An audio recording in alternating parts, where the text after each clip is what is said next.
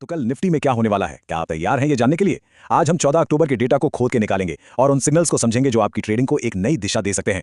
तो चलिए बिना देर किए शुरू करते हैं।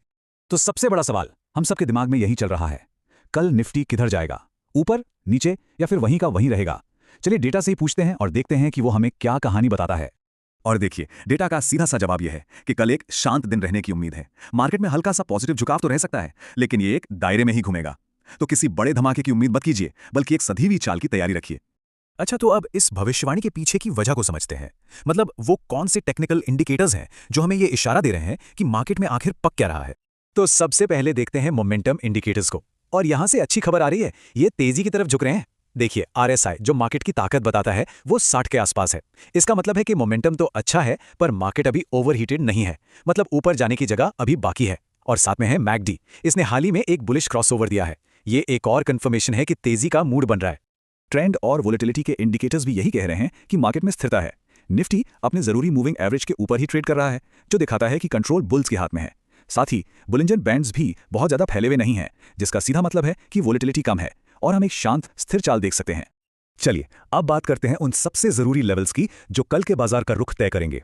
ये सपोर्ट और रेजिस्टेंस ही वो बैटलफील्ड हैं जहां कल खरीदारों और विक्रेताओं की असली लड़ाई होगी। तो ये है कल का पूरा खेल का मैदान, हमारा ट्रेडिंग मैप।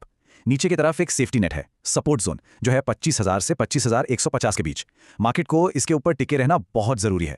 और ऊपर की तरफ एक दीवार खड़ी है, हमारा रेजिस्टेंस जोन, 25,450 से 25,500 पर। अगर मार्केट को और ऊपर जाना है तो इस दीवार को तोड़ना ही होगा। याद रखिए, ये 25,000 का लेवल सिर्फ एक नंबर नहीं है, ये एक साइकोलॉजिकल किला है। जब तक निफ्टी इसके ऊपर है, बुल्स का कॉन्फिडेंस बना रहेगा। अगर ये टूटा तो फिर बिकवाली का दबाव बढ़ सकता है। और ऊपर की तरफ 25,450 वो पहला बड़ा चैलेंज है जो बुल्स के सामने आएगा। अगर निफ्टी इसे पार करने में कामयाब हो गया तो समझ लीजिए कि तेजी की एक नई लहर शुरू हो सकती है। तो इस लेवल पर पैनी नजर रखनी होगी।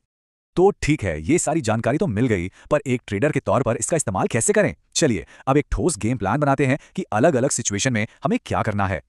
यहाँ दो बिल्कुल साफ प्लान है। अगर आपका मन तेजी का है तो 25,000 के ऊपर मार्केट को टेकने दीजिए, फिर खरीदारी कर सकते हैं 25,250, 25,320 और 25,450 के टारगेट्स के लिए। हाँ, लेकिन रिस्क मैनेज करने के लिए 24,950 के पास स्टॉप लॉस जरूर लगाइएगा। और अगर आपको लगता है कि मार्केट गिरेगा तो 24,950 के टूटने का इंतजार करें, उसके बाद ही 24,900 और 24,600 के टारगेट्स के लिए शॉर्ट करें।